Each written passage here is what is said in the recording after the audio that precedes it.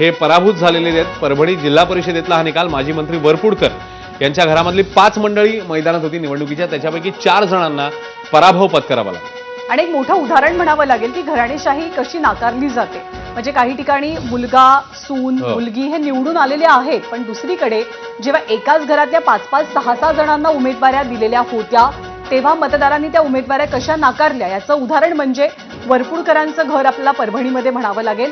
5 जण उभे होते, त्यापैकी 4 जणांचा पराभव झालेला आहे आणि एकच जण पुतण्या केवळ विजयी होऊ शकलेला आहे। परभणीमध्ये समशेर वरपुडकर हे भाजपचे उमेदवार होते, ते पराभूत झालेले आहेत।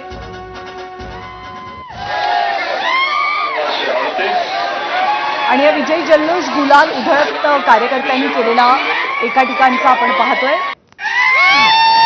ही खऱ्या अर्थानं कार्यकर्त्यांची निवडणूक असते, म्हणजे तळागाळात असलेला कार्यकर्ता ही निवडणूक लढवत असतो। आणि उदय सामंत यांचं पण एक विधान होतं की पत्रकं वाटणाऱ्या कार्यकर्त्यांची निवडणूक असते, त्यामुळे जल्लोष सुद्धा तसाच खास असतो जेव्हा झेडपीच्या निवडणुकांचे निकाल समोर येतात तेव्हा। आतापर्यंत भाजपने 133 जागांसह सगळ्यात मोठा पक्ष म्हणून आपली आघाडी टिकवलेली आहे। ठाकरे कुंभकर्ण जिल्हा परिषद सदस्य प्रतीक्षा प्रभुभाया जयस्वाल आणि खालच्या दोन्ही पंचायत समितीच्या दोन्ही म्हणजे ठाकरे कुंभकर्ण कपिल सामाले आणि नांदापूर पंचायत समिती गणातील विवेकजी रसाळ यांचा असा दणदणीत तिन्ही मशालीचा दणदणीत विकासाला बघून आणि कुठल्याही भूलथापाला न पडता विजय झाला, त्याबद्दल सर्व जनतेचे आणि सर्व मतदारांचे मनापासून आभार। जय हिंद, जय महाराष्ट्र। त्या सगळ्या मतदारांचे विजयी उमेदवारांनी आभार मानलेले आहेत आणि खुलताबादमधनं 3ही गटातनं भाजपचा विजय झालाय, त्यामुळे संभाजीनगरमध्ये भाजपला मिळालेलं हे मोठं यश म्हणावं लागेल।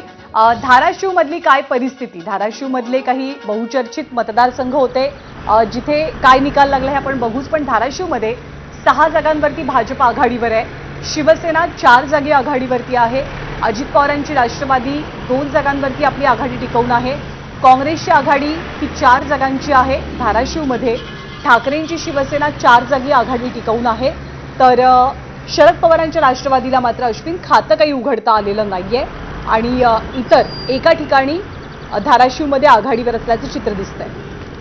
त्यामुळे एकूण 55 जागा, ज्यापैकी भाजप 6 म्हणजे प्रत्येकाला जवळपास 6, 4, 5 अशा फरकाने किंवा अशा काय म्हणूया आपण आकडेवारीने जागा मिळताना दिसतात, आघाडी मिळताना दिसते।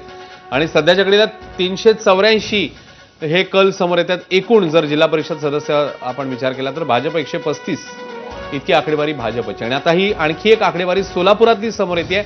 सोलापूरमध्ये भाजप 19, शिवसेना 5, राष्ट्रवादी 8 अशी स्थिती आहे।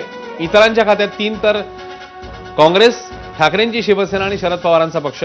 एकही जागा सध्या तरी कुठलीही आघाडी त्यांना मिळताना दिसत नाहीये, त्यामुळे सोलापुरात भाजपची एक मोठी कामगिरी, महायुतीची एक मोठी कामगिरी पर्यायाने बघायला मिळते। आणि सोलापूरचा एक उल्लेख असा पण करायला पाहिजे की सोलापूर महानगरपालिकेत सुद्धा काँग्रेसचं पानिपत झालेलं होतं।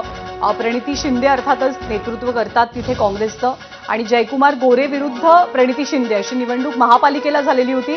आणि आता जेव्हा आपण जिल्हा परिषदांचे निकाल पाहतोय तेव्हा सुद्धा काँग्रेसला कुठलीच चमकदार कामगिरी किंवा खूपच निराशाजनक कामगिरी ही काँग्रेसची म्हणावी लागेल। पंढरपूरमध्ये भाजपच्या संगीता दुधाळ या हुलजंती गटातनं विजयी झालेल्या आहेत। अलिबागमधनं आवाज गटातनं शिवसेनेचे दिलीप भोईर यांनी विजय मिळवलेला आहे। कोल्हापूरमधनं राष्ट्रवादीच्या शोभाताई फराकटे यांचा विजय झालाय। बार्शीच्या